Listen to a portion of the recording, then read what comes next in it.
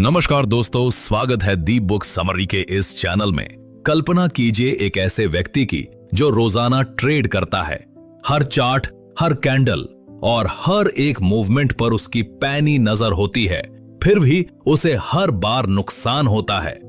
उसके पास रणनीति है, वो तकनीकी विश्लेषण भी जानता है, खबरें भी पढ़ता है, फिर भी सफल नहीं हो पाता।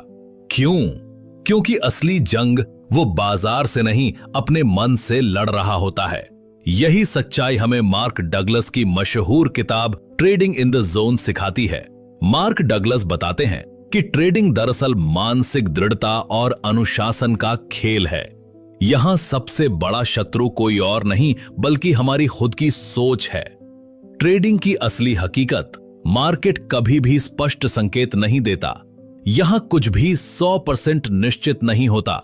जो लोग हर बार सही साबित होना चाहते हैं वही सबसे ज्यादा हारते हैं, जबकि जो लोग संभावनाओं के आधार पर ट्रेड करते हैं और हार जीत दोनों को स्वीकार करते हैं वही लंबे समय में सफलता प्राप्त करते हैं। मार्क डगलस कहते हैं, होस्टिलिटी इस पर निर्भर नहीं करती कि आप कितनी बार सही होते हैं, बल्कि इस पर कि आप सही होने पर कितना कमाते हैं और गलत होने पर कितना खोते हैं। इसे रिस्क रिवॉर्ड रेशियो और मानसिक अनुशासन कहते हैं। ट्रेडिंग एक मानसिक प्रक्रिया है। बहुत से लोग ट्रेडिंग को जुआ समझ बैठते हैं। वे सोचते हैं कि वे मार्केट को मात दे सकते हैं, लेकिन मार्केट को कोई नहीं हरा सकता। ये एक अस्थिर प्रणाली है जहां हर एक मूवमेंट सिर्फ एक संभावना है। मार्क डगलस यही समझाते हैं कि एक प्रोफेशनल ट्रेडर क्या करता है। वो हर ट्रेड को एक अलग घटना मानता है। एशेज वो पहले से जोखिम तय करता है और उस नुकसान को मानसिक रूप से स्वीकार करता है। वो अपने प्लान पर चलता है, न कि भावनाओं पर। वो हर स्थिति के लिए तैयार रहता है, चाहे फायदा हो या नुकसान। जोन क्या है और इसमें कैसे जाया जाए?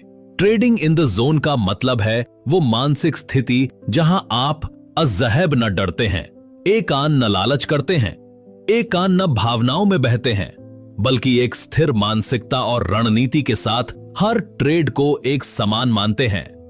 इस स्थिति तक पहुंचने के लिए सबसे पहले आपको अपने पुराने मान्यताओं को चुनौती देनी होगी। मानना होगा कि हर बार सही होना जरूरी नहीं है। फियो नुकसान से भागना नहीं, उसे स्वीकार करना सीखना होगा। मूलभूत सत्य जो हर ट्रेडर को मानने चाहिए। मार्केट में कुछ भी हो सकता है। किसी भी ट्रेड को जीतने के लिए बस एक बढ़त एज चाहिए। हर ट्रेड का परिणाम अनिश्चित होता है। जीत हार का कोई निश्चित पैटर्न नहीं होता। जोन तक पहुंचने की रणनीति अपने डर को पहचाने। नुकसान का डर ही हमें गलत फैसले लेने पर मजबूर करता है। प्रक्रिया पर भरोसा बनाएं। हर ट्रेड को अवसर माने, न कि गारंटी। अनुशासन विकसित करें। नियम बनाएं और चाहे जो हो जाए उनसे समझौता न करें। पूर्व अनुभव को छोड़ना सीखें। हर नया ट्रेड एक नया अनुभव है। पिछली हार या जीत को मानसिक रूप से आगे न लाएं। अनुभव से सीख बनाएं। जर्नलिंग की आदत डालें। हर ट्रेड के बाद अपने आप से यह सवाल करें, क्या मैंने नियमों का पालन किया? क्या मैं भावनाओं से प्रभावित हुआ? क्या मैंने सही समय पर एंट्री और एग्जिट किया? क्या मैं खुद से ईमानदार रहा? Self belief, discipline and clarity. 3 स्तंभ, स्पष्टता, अनुशासन और विश्वास। यही वो 3 ताकतें हैं जो आपको ट्रेडिंग में जोन की अवस्था में लाती हैं। स्पष्टता, आप जानते हैं क्या कर रहे हैं और क्यों।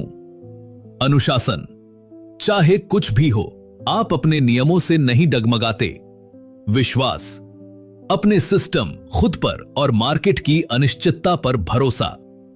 सामान्य मानसिक गलतियां जिन्हें बचाना चाहिए। ओवर ट्रेडिंग, जब आप बोर होते हैं या रिवेंज ट्रेड लेते हैं। FOMO, fear of missing out, बिना सेटअप के ट्रेड लेना।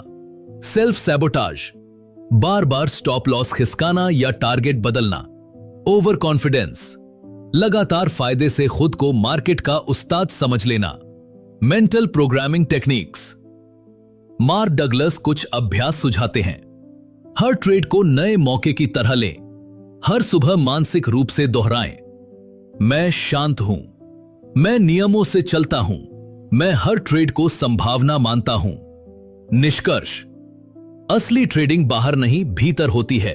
मार्क डगलस की यह किताब हमें सिखाती है कि असली ट्रेडिंग हमारे दिमाग में होती है। जो व्यक्ति भावनाओं को नियंत्रित कर लेता है वही ट्रेडिंग के खेल में मास्टर बन जाता है। याद रखो, मार्केट को जीतने की कोशिश मत करो, पहले खुद को जीतो। जब तुम खुद को कंट्रोल कर लोगे तब मार्केट तुम्हारे कंट्रोल में आ जाएगा। अगर आपको ये गहराई भरा ज्ञान पसंद आया हो तो वीडियो को लाइक जरूर करें और चैनल को सब्सक्राइब करें। नीचे कमेंट करें इस किताब की कौन सी सीख ने आपको सबसे ज्यादा प्रभावित किया, और ये भी बताएं अगली बार किस किताब की मानसिक शक्ति पर चर्चा हो।